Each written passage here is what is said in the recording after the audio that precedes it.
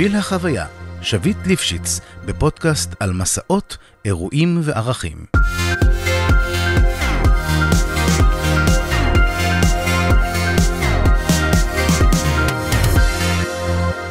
ברוכים הבאים לפרק נוסף בפודקאסט של בשביל החוויה, שבו אנחנו נחקור איך לגדל את דור המנהיגים הערכיים של העתיד. שזה במילים פשוטות לגדל ילדים עם מודעות לערכים, מנהיגות ויצירת חיים מלאי משמעות. היום יש לנו אורחת מיוחדת שאני מאוד מאוד מתרגשת לארח אותה כאן, ליאת שפר בן יעקב, מומחית בינלאומית לבריאת מציאות, בעלת ניסיון של למעלה מ-20 שנים, ואלפי שעות עבודה עם תינוקות, ילדים ומבוגרים. היוזמת והמקימה של מאסטרס האקדמיה ליצירת מציאות, מחברת רב המחר, lose the diet, lose the weight, והספרים, רק אל תדברו איתי על דיאטות, בהוצאת סטימצקי, Relationships 101, אני אעזור לך. כן, תעזרי עם זה.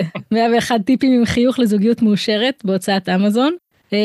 יש עוד כמה טייטלים שקצר השידור מלהכיל. אני רק אגיד שאני בעצמי תלמידה של ליאת כבר כמה שנים, ומאזינה אדוקה לכל תוכן שהיא מוציאה. ליאת, יש לך עוד רגע משהו להוסיף על כל הטייטלים לא, אני שמחה להיות פה, ותודה על ההזמנה. אז אני הזמנתי את ליאת בשביל שאנחנו נשוחח על חשיבות החזון בתהליך החינוכי, איך אנחנו כהורים יכולים להיות חלק פעיל בבריאת המציאות של הילדים שלנו, ומה הכלים שיעזרו לנו לעשות את זה. כיף באמת בנושא הזה של דור העתיד, זה אחד הדברים ששתינו ככה מאוד מאמינות בהם, זה העתיד של כולנו, ואני חושבת שזה סופר חשוב לעצור, לשאול את עצמנו שאלות ולהשתדל לתת לילדים שלנו ולדור הבא כלים יותר טובים ממה שהיו לנו, ובאמת לעזור להם לממש את עצמם. אז בוא נתחיל רגע על מה זה חזון בעינייך? איך את מגדירה חזון, ואיך הוא משפיע על החיים שלנו? אז אני אגיד שמבחינתי, ואולי ככה לחבר'ה החדשים שפחות מכירים את השפה שלי, אני אעשה את זה ככה לאט לאט ובעדינות, אבל חזון מבחינתי מגיע, נקרא לזה, מהרמה הגבוהה שלנו. אפשר לקרוא לזה נשמה, אפשר לקרוא לזה אני עליון, אפשר לקרוא לזה משימת חיינו, ייעוד, אוקיי? אפשר לתת לזה כל מיני שמות, אבל זה לא שאי אפשר לבנות חזון מרמה אחרת, בסדר? אפשר לבנות חזון מכל מיני רמות או תפיסות, אבל כשאני עוזרת לאנשים לבנות את החזון שלהם, מבחינתי המטרה זה אולי נשמע נורא גרנדיוזי, אבל ככה אני רואה את זה, זה ממש לבוא ולהגשים את מה שהם באו לעשות בחיים האלה. ומתוך הדבר הזה באמת לגזור את החזון, שהוא נקרא לזה המודל הפרקטי, או המסלול הפרקטי, או התוכנית הפרקטי, או התפיסה של איך אני לוקחת את המהות של מי שאני, ומה באתי לעשות בעולם, ובתוך זה, אנחנו נדבר על זה היום, אבל נכנסות העוצמות שלי, והחוזקות שלי, כמו לא פחות החולשות שלי, והדברים שאני פחות טובה, ופחות אוהבת.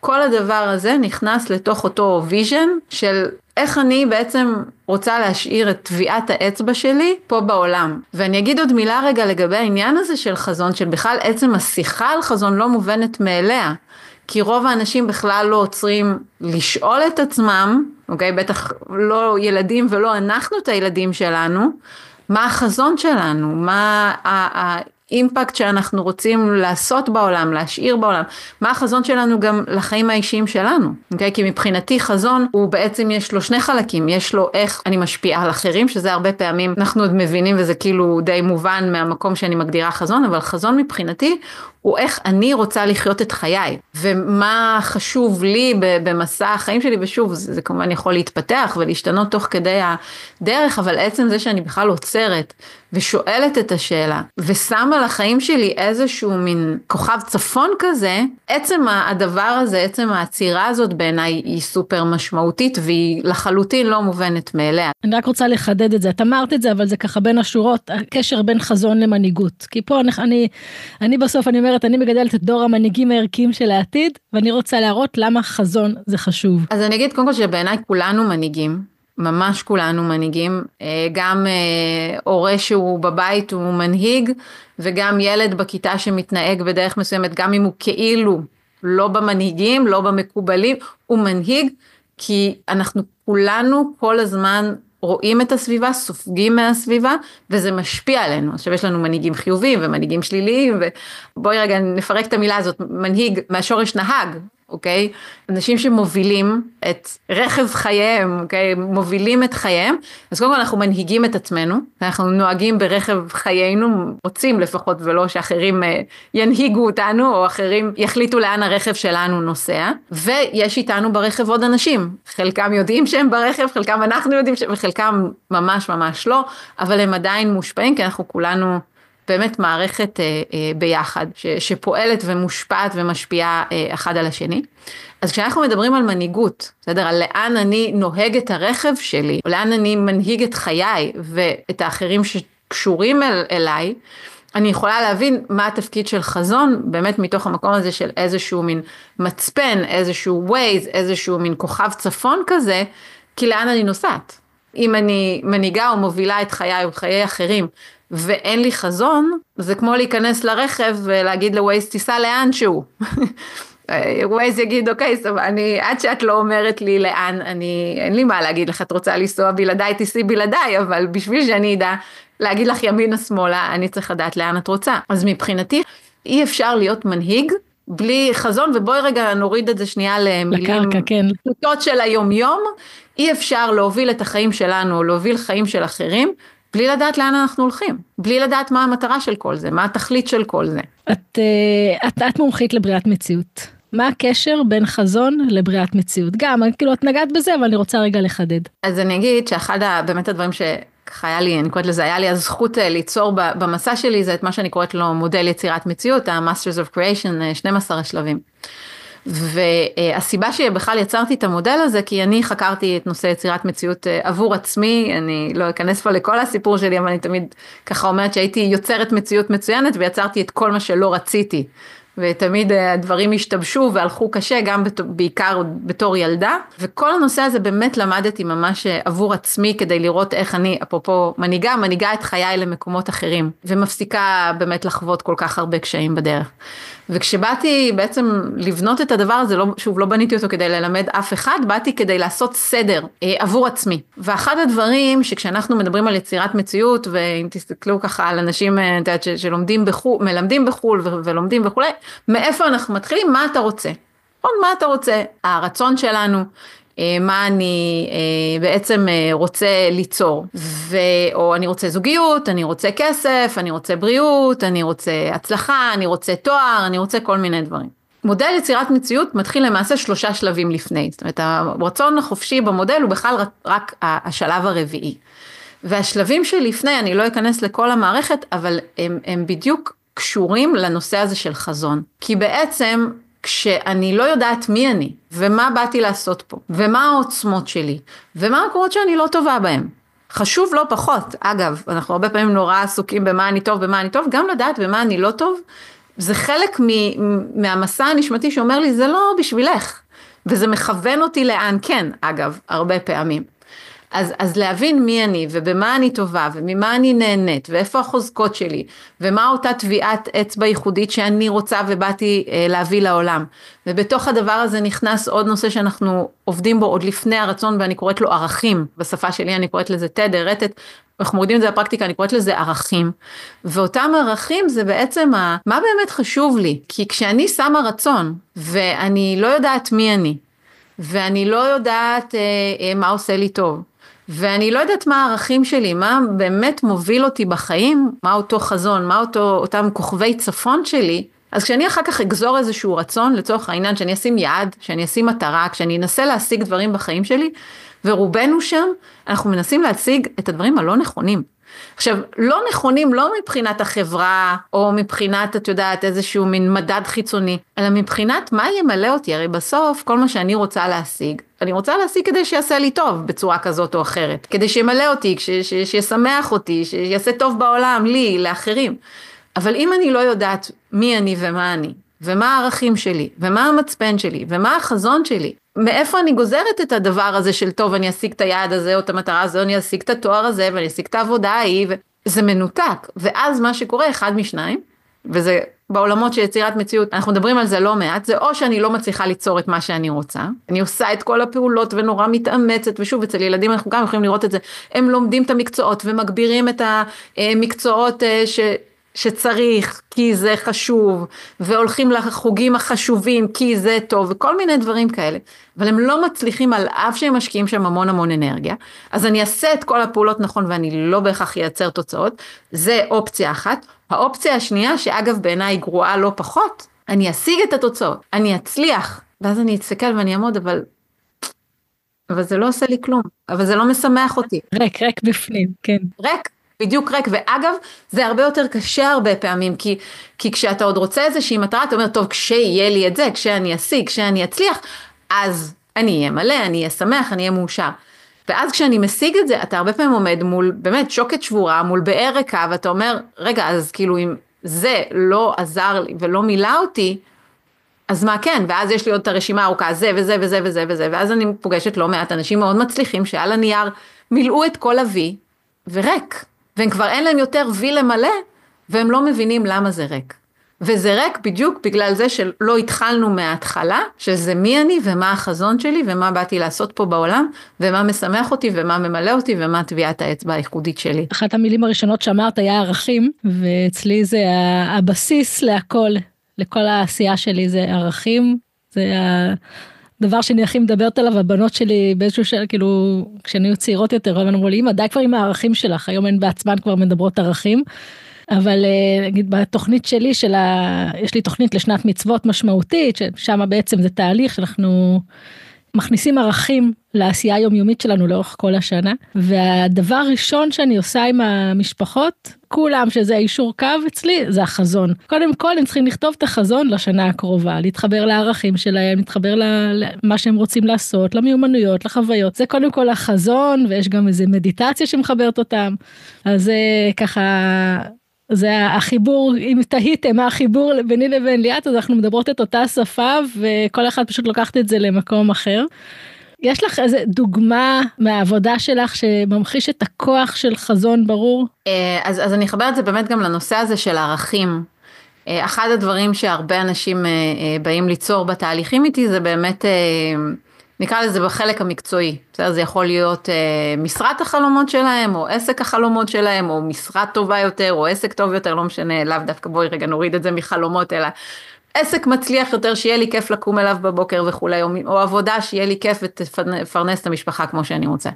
והרבה פעמים כשאנחנו מסתכלים על זה, אז מה אנחנו מסתכלים על הטייטל, נגיד אם אנחנו מדברות על משרה, אז הטייטל והמשכורת והתנאים, וכאילו מה אנחנו מצפים כשאנחנו, את יודעת, מחפשים איזשהו תפקיד.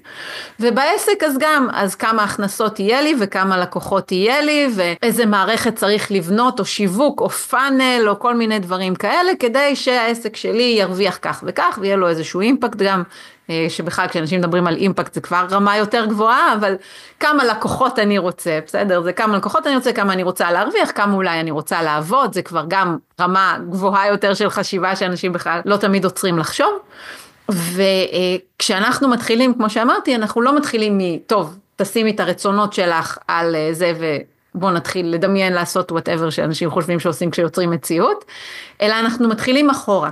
מי אני? מה העוצמות שלי? מה היכולות שלי? מה אני לא אוהבת לעשות? מה אני לא רוצה? מה אני כן רוצה?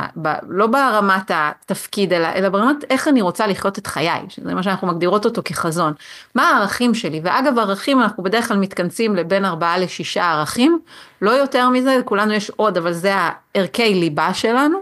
עכשיו, כשבן אדם עושה את העבודה הזו, ואז פתאום אני מסתכלת, וכמו שאמרת, מה חשוב לי, מה הערכים שלי, מה המצפן הזה, ואז הוא מגלה שמה שחשוב לו זה חופש, וזה שמחה, וזה שלווה, וזה משפחה, ופתאום אני מסתכלת על התפקידים שאנשים מגישים, לא אני מסתכלת, הם מסתכלים בעצמם, כן? כי הם עושים את התהליך, אני אלמד אותם איך לעשות את זה, אבל ואז הם פתאום מסתכלים על המשרות שהם הגישו אליהם מועמדות, ואז הם מגלים, זה משרה שיודעת שהיא תעבוד עכשיו 12 שעות ביום, פלוס שישי שבת, יום לא יום, לילה לא לילה, פלוס נסיעות לחול, פלוס כל מיני דברים, ואז אני מסתכלת ואומרת, רגע, חופש זה נותן לי?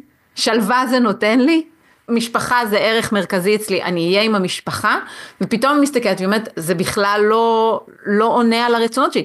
כן, המשכורת יפה, כן, הטייטל נהדר, כן, התנאים מדהימים, אבל כשאני מסתכלת על התוכן של זה, על המהות של הדבר, זה בכלל לא מה שאני באמת באמת רוצה או מה שימלא אותי.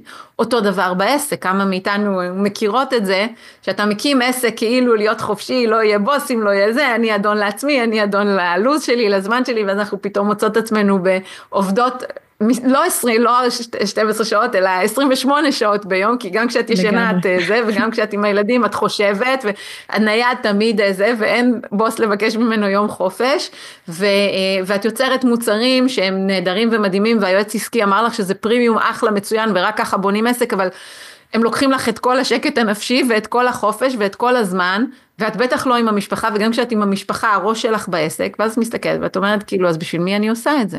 וכשאני מגיעה למקום כבר שאנשים בונים את העסק, או בונים את אותה משרה שהם רוצים בכלל להגיש אליה, או בכלל אני קוראת לזה ליצור אותה, זה מדהים כמה פעמים אנשים אמרו לי, תקשיבי, אין דברים כאלה, אין חיה כזאת, כאילו, כשאמרת לי לכתוב והסתכלתי, ואמרתי כאילו, אין מקצוע, אין כאילו, מי ייתן לי כזאת משרה, שהיא גם ככה, וגם גמישה, וגם זה, וגם זה, וגם זה, ואז הם שולחים לי, ואומרים, תקשיבי, את לא מאמינה, אבל וזה קורה באמת יותר מפעמים ממה שאני יכולה לספור, וזה הכי כיף לי בעולם, כי אני יודעת שככה הדברים עובדים, אבל עד שבן אדם חווה את זה, זה תהליך. ואז כשאתה מסתכל על זה, ואז אתה אומר, אוקיי, עכשיו כשאני יודעת שזה החזון שלי, המשפחה, הזמן, החופש, השלווה, זה הדברים שחשובים לי. ורק אחרי זה אני עוצרת לשאול את עצמי, איך אני רוצה שהעסק שלי יהיה בנוי? איזה משרה אני רוצה להגיש אליה מועמדות? כל ההתנהלות שלי אחרת, אני יכולה להגיד לך שאני היום לא בונה מוצרים בעסק, לא עושה שום מהלכים שיווקיים בעסק שלי, מבלי שאני מסתכלת חזרה על הערכים שלי ושואלת את עצמי, האם זה עונה לכל הערכים? ואם לא, זה לא קורה, ואני אגיד לך יותר מזה, אני יכולה להגיד, אפילו מהניסיון האישי שלי, שתוכניות, קורסים, תוכניות ליווי שיצרתי, ולא היו מדויקות לערכים שלי, לא נמכרו. לא נמכרו, לא משנה מה עשיתי, לא משנה איזה מערכת שיווקית מדהימה בניתי, דפי מחירה, שילמתי 10,000 שקל שיבנו לי אותם, לא עבד. וכשעשיתי משהו שהיה בול ומדויק ויושב על הנשמה שלי ועל הערכים שלי ועל החוזקות שלי ועל החזון שלי ואיך אני רוצה להביא את האימפקט שלי בעולם ואיך אני רוצה לחוות את הדברים, הם נסגרו באובר-בוקינג חודשיים לפני. ממש, אמיתי, את יודעת, את מכירה את הסיפורים. אז בעיניי זה לא nice to have, בסדר? זה לא איזה רגע אחד לעצור ובואי שנייה נחשוב מה הערכים של המשפחה או מה החזון שלי, אלא מבחינתי זה ממש אזימות אחר לחלוטין, באיזה נתיב החיים שלנו הולכים, כשאנחנו עוצרים לחשוב מה החזון, מה הערכים, לאן אנחנו לוקחים את עצמנו, לאן אנחנו לוקחים את המשפחה שלנו, או בתור ילדים, מה חשוב לי, מה באמת מניע אותי, איפה המשמעות העמוקה שלי, זה חיים אחרים לגמרי, זה לא איזה דובדבן שבקצפת, זה כל המנה. את הזכרת לי שכשאני פתחתי את העסק שלי ב-2007, לפני 18 שנים, אז גם חברה בדיוק עשתה את הסטאז' במנטורינג וזה, והיא נתנה לי לכתוב את החזונינו קבוצה של חברות, ונתנה לנו לכתוב חזון, ואני כתבתי חזון והקראתי ככה לקבוצה, ואני רואה את כולן מצקצקות כזה בלשון, והיא כזה, אני רואה את הספק על הפנים שלה, והיום היא מנטורית עם הרצאה וזה, והיא לוקחת אותי לפעמים כהרצאת השראה, והיא אומרת, אני לא האמנתי, היא כתורי קראה את זה, ואני לא האמנתי, ואיתו 5 שנים השיגה 80% ממה שכתוב פה בחזון שלה. היא אומרת, אני אוכלת את הכובע עכשיו על מה שאז חשבתי, היא נתנה לי שיעור, אז זהו, זה הכוח של חזון. ממש, וזה ממש ככה, לוקח אותי באמת עוד לחדד את זה, שכשאנחנו בונים חזון וערכים, אפרופו המצקצקות, זה לא עכשיו לחשוב מה אפשרי, או איך אחרים עושים את זה, או איך נראה לי שנכון, אלא ממש לשפוך את הלב והנשמה והקישקה והכל, אני תמיד אומרת לאנשים, בעולם אידיאלי, אין מגבלות, אין אפשרויות, אין ככה זה קורה, ככה זה לא קורה, יש קיים, לא קיים, לא רלוונטי. יש לך מקל קסמים, הכל אפשרי, והנה דוגמה חיה לדבר הזה, שבאמת הכל אפשרי. זה רק התפיסות שלנו, ואנחנו אפילו לא מאפשרים לעצמנו לחלום, לא לדבר על שאנחנו אפילו לא שמים חזון, אבל גם כשאנחנו כבר שמים את זה, אז כאילו, טוב, מה אפשר? בוא נראה רגע מה יש, אוקיי, אני אעתיק את הרע המינימלי, או את הכי פחות גרוע, או את מה לא, ממש לא, זה מבחינתי, כשאני יושבת עם אנשים במקום הזה של חתימת נשמה, ייעוד, חזון, ערכים, דף לבן. הכל אפשרי, יש לכם כל הקוסמים והפיות בעולם בצד שלכם, עכשיו תכתבו איך זה יקרה, מה זה יקרה, לא שלכם, לא עכשיו, זה לא השלב, זה בהמשך. עכשיו, הכל. וזה בדיוק המשנה חיים, כי אם את היית לוקחת את הצקצוקים האלה, ומעדכנת את החזון שלך למה שנראה להן הגיוני, את לא היית משיגה את ה-80% הזה שהשגת, ואת מה שעוד קרה אחרי זה. לא היית משיגה, היית ליד, ולא היית מבינה למה, כי רגע, אבל זה מה ששמתי, אבל זה לא היה ממלא אותך כמו כשאת באמת עושה את מה שהלב שלך רוצה. אני כל כך שמחה שאת אומרת את כל המילים האלה, כי זה בדיוק מה שאני אומרת להורים שאצלי בתוכניות ליווי, אחד לאחד, מילה במילה מה שאני אומרת להם, ואת עכשיו מחזקת אותי, אז כל מי שאצלי בתוכניות ליווי, תקשיבו לליעד, אתם רואים, אני לא סתם אומרת. אז ככה נורא כיף לי שאת אומרת את זה, שזה סמכות כזאתי. ואם אנחנו כבר מגיעות לתוכניות, ואני עובדת עם הורים ועם ילדים ועם ככה משפחות, אז מדוע חשוב ללמד ילדים מגיל צעיר שכדאי ליצור חזון? ובעצם מה זה אומר מגיל צעיר? מאיזה גיל מתחילים לדבר איתם על חזון או ללמד אותם ליצור חזון? יש את המשפט המדהים על ילדים שהם לא עושים את מה שאנחנו אומרים להם, הם עושים את מה שאנחנו עושים, את מה שהם רואים.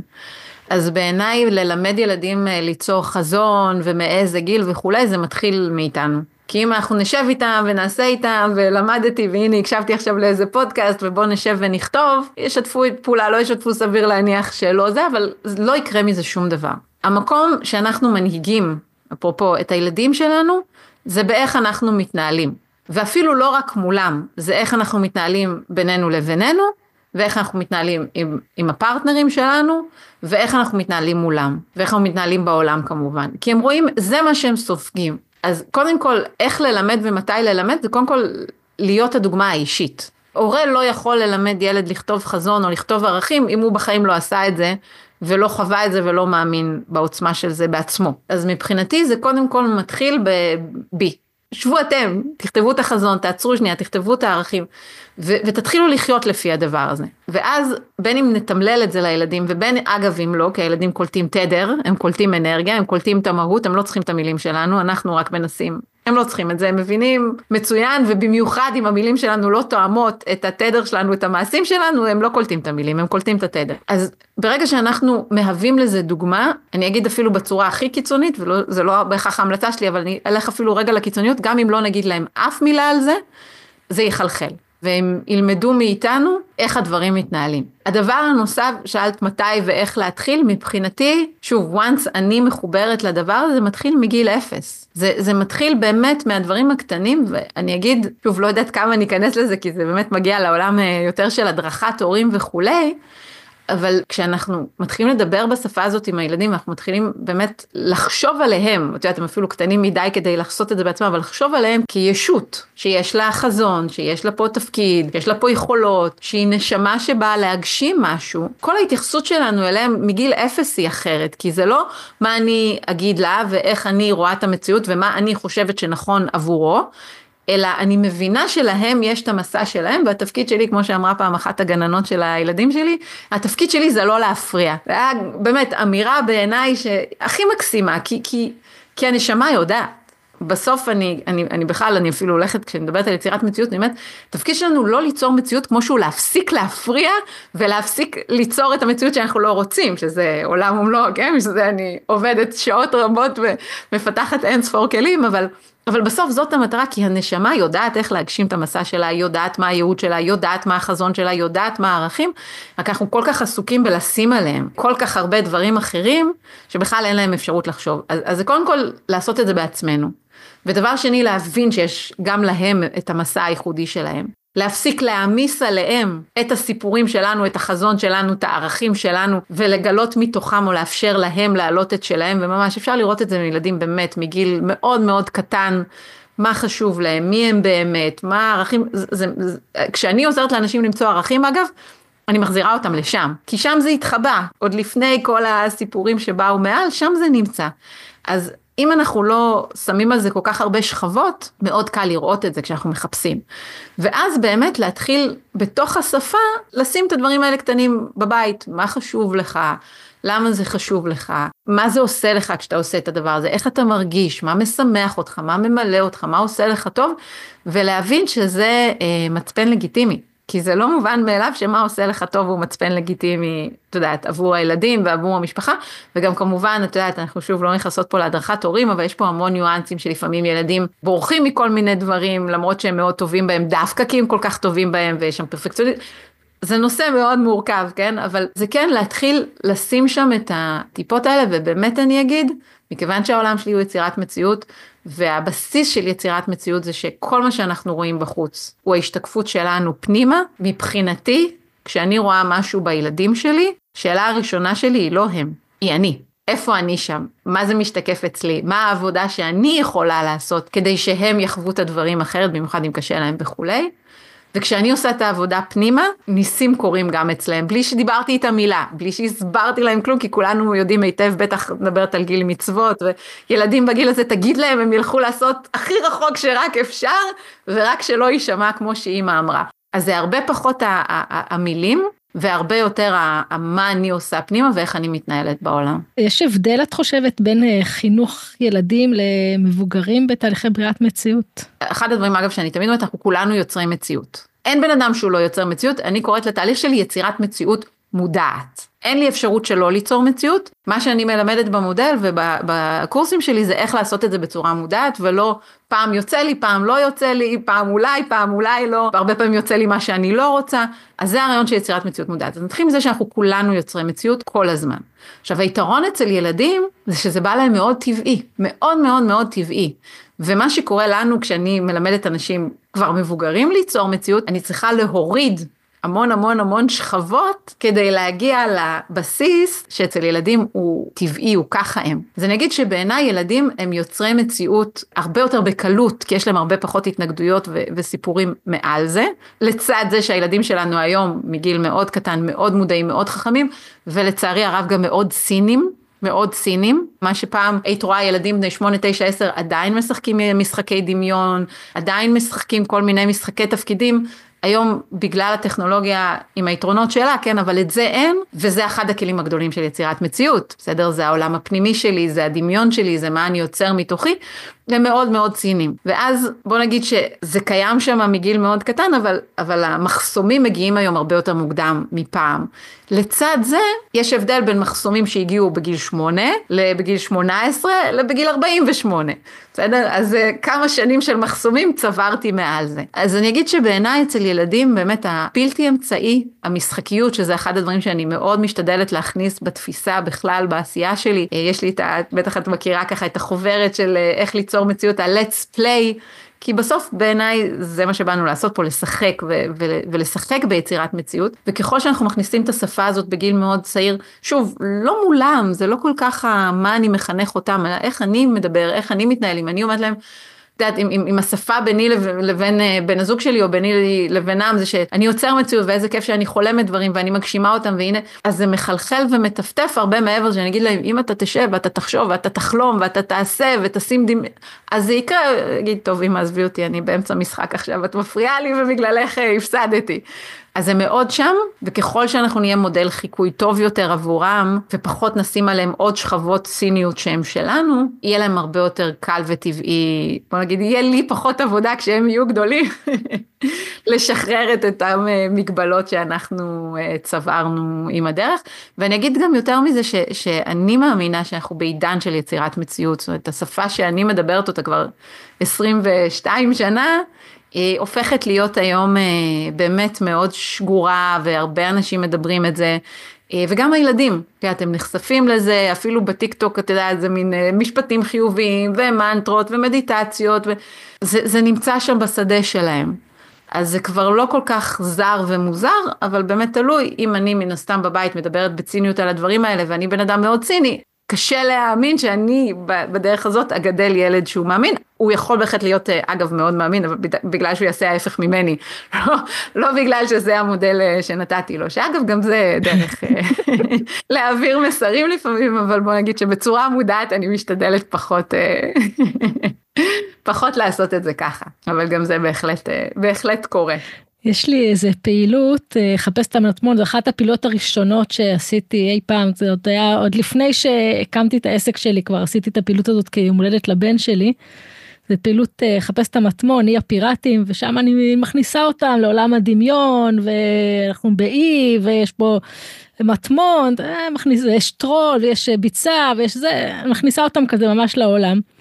ואני רואה ב-18 שנה האחרונות, איך הילדים הופכים להיות יותר ויותר ציניים, ואם פעם, כאילו לפני, לא יודעת מה, 18, 15 שנה, הייתי מספרת להם את הסיפור, והם היו צמאים לסיפור ולעולם הדמיון וזה, אז היום זה לא אמיתי, אין פה באמת אי, אין פה ים, אין פיראטים, אין דבר כזה, אין, זה, כאילו, הם כבר ממש ציינים, ואני לא נשברת בפעילות, העברתי לפני, בחנוכה עכשיו, העברתי פעילות כזאת באיזה צהרון, וממש היו שם כמה ילדים ציניים כאלה, ואני ככה המשכתי עם הסיפור וזה, ולאט לאט הם נכנסו ושחררו את הציניות, ונכנסו לעולם הזה של המשחק ושל הדמיון וזה, אז זה, מצד אחד זה נורא עצוב באמת לראות את התהליך, מצד שני, אני חושבת שאנחנו כהורים, נורא חשוב שכן נשחק איתם במשחקי הדמיון האלה, כי זה נראה לי שזה הבסיס לחלומות הגדולים, לעוף עם החזון. זה בדיוק ההבדל בין,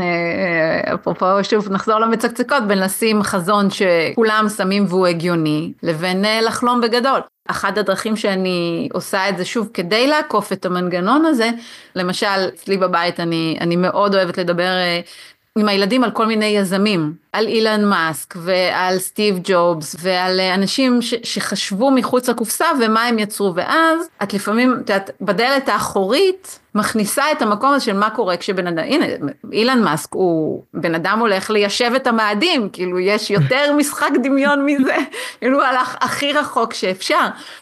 ואני בדיוק מדברת על ההבדל הזה בין אנשים שיוצרים משהו שנראה בלתי אפשרי ובלתי הגיוני באיזשהו שלב, והם אלה שמשנים את ההיסטוריה. בסוף, מה זה ציניות? יש גם משהו טוב בעיניי במקום הזה, כי זו חשיבה ביקורתית, הם לא קונים כל סיפור שמוכרים להם, הם מאוד אינטליגנטים, זה יושב גם על זה, כי יש לזה גם צדדים עוצמתיים. אז מה שאני מאוד משתדלת לעשות שוב, גם בבית וגם בכלל בעשייה שלי, זה לא לנסות להילחם, אתה מפעיל כוח נגד משהו, רק מפעיל יותר כוח מולך, אלא בשפה של כל אחד, של מה שמדבר אליו, של מה שהוא מתחבר, למצוא את הדלת האחורית, להעביר בדיוק כמו שאמרת, את אותם ערכים, את אותם אני מאמין, את אותה תפיסת עולם, וכמו שאמרת לבנות שלך, ערכים ממדי עם הערכים שלך, אבל הנה, עברו כך וכך שנים, והן כבר ילדות גדולות, וזה כבר השפה שלהם, זה מחלחל. גם כשהם נלחמים נגדנו, גם כשהם, עזבי אותי עם השטויות שלך וזה, זה עובד שם, וזה נכנס מתחת,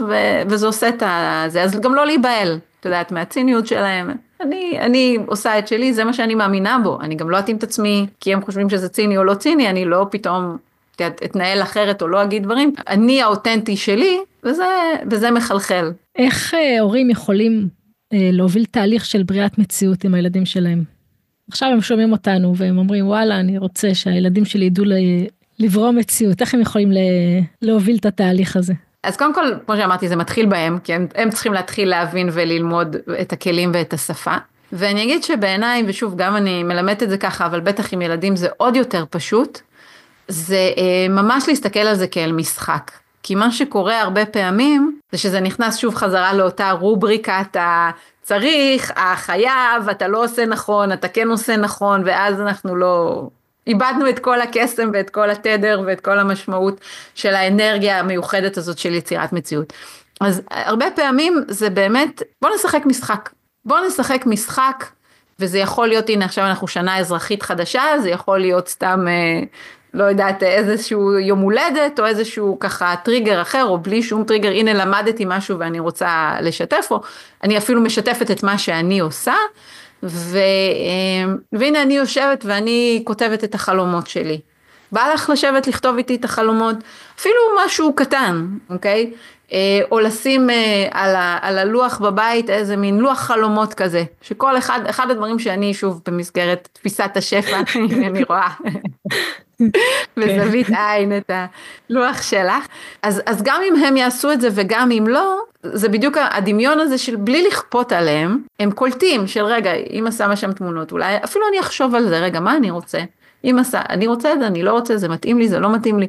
אחד הדברים למשל שאני ככה מאוד הקפדתי במסגרת עבודות השפע שאני עשיתי על התודעת שפע שלי, היה העניין שלא להגיד למשל לילדים אי אפשר. אני יכולה להגיד זה לא בסדר עדיפויות שלנו כרגע, או לא כרגע, או בוא נחשוב, או כאילו, כי באמת אפשר, בואי, גם כשילד מבקש, אנחנו יכולים להרשות לו את זה, לא אומר שאני רוצה לעשות את זה. ואחד הדברים שהיה שם זה באמת היה להתחיל להגיד, בוא נשים את זה בלוח החלומות שלנו. אוקיי? בוא ככה נשים איזשהו, את הדברים שאנחנו רוצים, כל אחד בחלום, זה לא חייב לקרות כרגע. וברגע שאנחנו לומדים לדבר בשפה של מותר לחלום, וגם אם זה לא קורה כרגע זה עדיין יכול לקרות, ואנחנו עדיין שמים שם כוונה, ועדיין שמים אנרגיה, וכשאני שוב מדברת על יצירת מציאות, לבוא ולהגיד בוא ננסה מה יקרה, או אם הילדים שלי עכשיו, לא יודעת, הוא חושב על איזה אתגר כרגע שעומד מולו, או טיול שהוא לא בא לו, או מבחן שמישהו לחוץ ממנו, בוא ננסה לעשות משהו אחר, אוקיי? איך היית רוצה שזה יהיה? אבל זה יגיד, אבל זה לא אפשרי, וזה לא ככה, בסדר, אבל בוא נדמיין רגע, נגיד, אם המורה לא היה ככה, או חבר שלך לא היה ככה, או בעולם שזה היה יותר פשוט, מה היית רוצה שיקרה? כי אנחנו מלמדים אותם לחשוב רגע, לצאת מהמגבלות שלה הזה, אני לא אומרת שזה יקרה, אני, גם חלק מהזה, אם אני אבוא ואני אבטיח לילדים שלי, שאם הם יעשו לוח חזון, או אם הם יכתבו חלום על הלוח, ומחר בבוקר הוא יקרה, והוא לא יקרה, אני סגרתי שם את הדלת, אוקיי? כי הנה, החזבתי אותם, הבטחתי להם הבטחה, והיא לא התקיימה עכשיו, אני לא יכולה להבטיח הבטחות שאני לא יכולה לעמוד בהן, אני יכולה להבטיח דברים רק אם אני מבטיחה להם שאני מחר הולכת איתם לקנות נעליים, אני יכולה לעמוד מאחורי זה, בסדר? אבל להבטיח להם שאם הם, לא יודעת מה, יעשו איזה דמיון מודרך, וזה ישנה את ההרגשה שלהם בטיול, או חבר שלהם מתנהל אחרת, או המורתית, אני לא יכולה להבטיח, נכון? אז לכן אני מתייחסת כמשחק, בוא ננסה, מה יש לנו להפסיד? אוקיי, מה היית רוצה שיקרה? בוא נראה, אולי זה יקרה, אולי זה לא. אז אני משאירה את המשחקיות ואת האפשרות של בוא ננסה, אין לנו מה להפסיד מלנסות. אז מבחינתי זה איך אני מתנהלת, מה אני מציגה להם, ואיזה שפה קורית בבית, אם זה שפה של אפשור, אם זה שפה של חלומות, אם זה שפה של בוא ננסה, אם זה שפה של בוא נשחק, אם זה שפה של בוא נחלום. מה החלום שלך, מה אתה רוצה, מה חשוב לך, למה, איך תרגיש, מה זה יעשה לך. מלמדים אותם לצאת מהככה הדברים, שזה שוב מאוד אופייני גם, במיוחד בגיל ההתבגרות, ככה זה, ותמיד ככה, וכולם ככה, למה יקרה אם, ופתאום הילדה חוזרת הביתה, והמורות היו ככה, ממש אתמול בערב היה לנו כזה סיפור, היא רצתה משהו מהמורים, והיא ניסתה וזה לא עבד, וככה רגע חשבנו מחוץ לקופסה, היא חובה את עצמה שהיא צודקת, ואני מסכימה, מבחינתי הילדים תמיד צודקים, אבל באמת ספציפית בסיטואציה הזאת היא הייתה באמת 100% זה.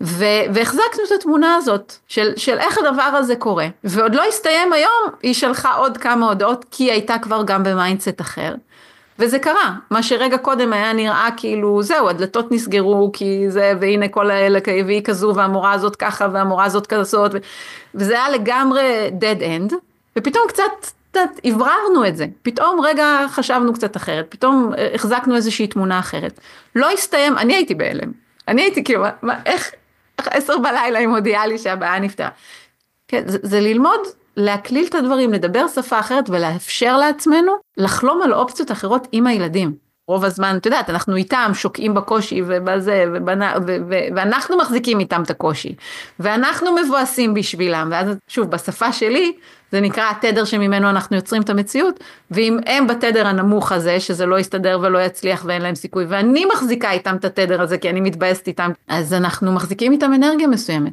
וברגע שאני מחברת את זה, ומראה להם, תראי, החזקת פה איזושהי תמונה, ופתאום פעלת אחרת, או אפילו לא פעלת אחרת, פתאום מישהו בא אליה ופתר לה את הבעיה, אני נותנת עוד כוח לחלק בתוכה שיודע שיש ערך ומשמעות למה היא מחזיקה בתוך השדה הפנימי שלה. ואני אגיד שאחת הקשיים הכי גדולים של ילדים, וזה הסיבה שהם מורדים, וזה הסיבה שהם מנסים לרצות, וכל הדפוסים שמתעוררים שמגיעים מתחושה של חוסר אונים וחוסר שליטה על המציאות. גם לנו כמבוגרים יש את זה הרבה פעמים מאותם שנים, ובטח כילדים, כי אנחנו מחליטים בשבילם הכל, ואנחנו מנהלים את כל הסיטואציה בשבילם, אז הם מרגישים מאוד חסרי אונים, אז הם מנסים להילחם איתנו על הג'ינס הקרוע, או על השעת שינה שלהם, או על השעות מחשב, כי שם הם מנסים להחזיק שליטה. אבל אם אני מראה להם, איך הם שולטים במציאות שלהם, אוקיי? מתוך התודעה שלהם, מתוך התמונה שהם החזיקו, אני נותנת להם את המתנה הכי גדולה לחיים שלהם, מעבר ליצירת מציאות, את חוויית השליטה והעוצמה הפנימית, שיש לי כוח להשפיע על המציאות שלי. זה עוצמה שהולכת איתנו אחר כך כל הדרך. כי כשאני אפגוש בוס, או כשאני אפגוש את הצבא, או אני אפגוש אתגרים בדרך, אני אדע שיש לי משהו לעשות שם. וזה המתנה הכי גדולה שאנחנו יכולים לתת להם. אז יש לי כמה דוגמאות. את ככה דיברת, וכל דבר שאמרת, אמרתי, הנה, יש לי דוגמה לזה, ויש לי דוגמה לזה. אז נתחיל דווקא מהסוף. קודם כל, הילדים שלי הם יוצרי מציאות מדהימים, ממש כל 4. מספר 3, היא מעולה בליצור לעצמה טיולים לחול. כאילו בדיוק השבוע עשינו ספירת מלאי של כל הטיולים שהייתה בחול, היא בערך עקפה את כל האחים שלה פי 2 בערך, והיא אומרת לי, כן, אני לא יודעת, אני כאילו רוצה, וזה פתאום קורה. ואני אפילו לא מאמינה שזה קרה, אבל אני כאילו מביעה את המשאלה, וזה קורה. אז אני כמו מחזקת אותה, הנה תראי, את יצרת את זה. היא אומרת עכשיו שהיא רוצה ליסוע, אמרתי לה, אין בעיה, תצרי את זה. את יודעת ליצור. את יודעת שאת יכולה, בדיוק. כשאני יצרתי את הלוח חזון שפה מאחוריי, אז הבת שלי שהייתה אז עכשיו בת 12 וחצי, הייתה אז בת 9 בערך, אז היא ראתה את זה וזה, אמרה לי, אני גם רוצה, והתחילה גם כן להתעסק עם זה, ובסוף, לא יצרה בסוף לוח חזון, אבל היא כן התעסקה והתחילה לחשוב מה היא רוצה, מה היא לא רוצה, אז זה כן היה שם איזשהו תהליך, ועכשיו סביבה, יש לה מלא חסכונות מהבת מצווה, יש לה אלפי שקלים, ואמרתי לבן זוג שלי, זה כרגע באיזה קרן נזילה כזאת, אמרתי לה, תשקיע לה את זה, תדבר איתה, ותראה כמה היא רוצה להשקיע, שיהיה לה לאחרי הצבא, אם היא תרצה לעשות דברים, אבל שתתחיל, שכבר תקבל את המושג הזה, של להשקיע למען איזשהו חלום גדול יותר, ולשמור את הדברים בצד, ולתת לה כסף לעבוד, זאת אומרת, זה גם לחבר אותה לצד הכספי, שלא יהיה לה את המחסומים שלי,